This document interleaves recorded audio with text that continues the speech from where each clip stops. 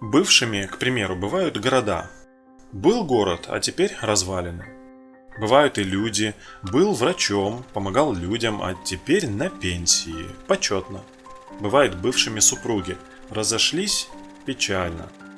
А еще бывшие бывают иного рода. Бывшие верующие. Как вам статус бывший верующий?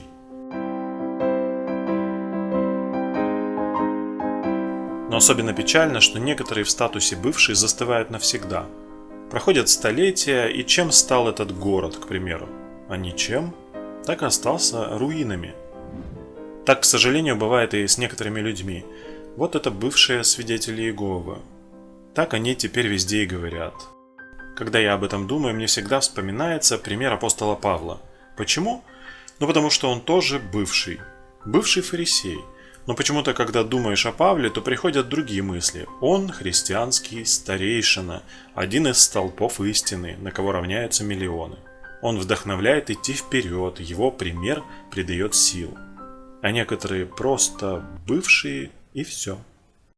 И я не говорю здесь про новую профессию или новое хобби, которым может заняться человек. Поймите меня правильно, невозможно сказать: раньше я был свидетелем, а теперь увлекся танцами. А что это говорит о тебе, какой ты человек? В чем смысл жизни? Какое у тебя будущее? Какие у тебя взаимоотношения с Творцом? Ведь об апостоле Павле неверно говорить: раньше был фарисеем, а теперь шьет палатки. Ведь это неравнозначно по смыслу. Это не говорит нам о том, кем он теперь стал. Но бывает, бывший верующий идет еще дальше и становится отступником. Горечь и обида захватывает все его существо. Смыслом жизни таких людей отныне становится вредить своим бывшим друзьям. Вам не кажется, просто ничего не смущает в таком поведении? Вот вам вымышленная ситуация. Что если после развода он или она, неважно, отныне навсегда делает смыслом своей жизни вредить своему бывшему супругу? Каждый день встает и ложится с мыслью о мести. И так годами, десятилетиями. Нездоровая ситуация, верно? И здесь опять вспоминается Павел. А почему он не зациклился на месте своим прошлым друзьям, фарисеям? Что с ним не так? Или, может, как раз таки с Павлом все так?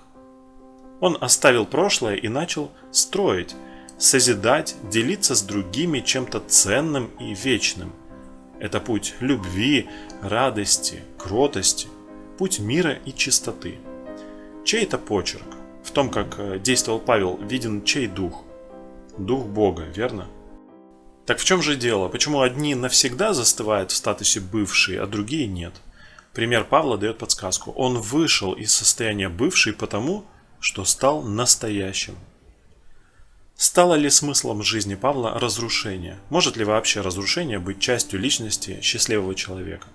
Посвятил ли Павел все время черному пиару фарисеев? Натравливал ли римскую власть на них? Плел ли закулисные интриги?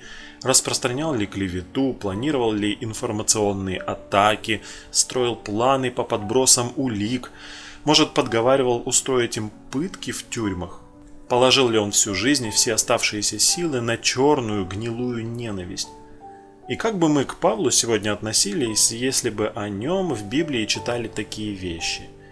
Отвращение. Наоборот, это фарисеи занимались всей этой грязью. Все это было в одни ворота, в сторону Павла и служителей Бога. Мы всячески стесняемы, преследуемы, неспровергаемы. Методы и действия Павла благородные, они приятные. А в действиях фарисеев виден чей дух, чей это почерк. Во времена Павла были и вероотступники. Что было их целью?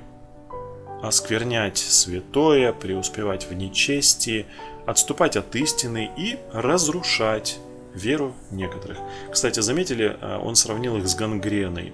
Что делают с частью тела, которая поражена гангреной? Павел предупредил, что так будет и в будущем, то есть сегодня. В следующем видео мы поговорим о методах вероотступников и чего они боятся больше всего. Кстати, вы замечали, что отступники могут сколько угодно принимать и смотреть духовную пищу, но это никак не делает их лучше. А христианин, если будет слушать проповеди отступников, наоборот, станет неверующим. Почему так происходит? Элементарно.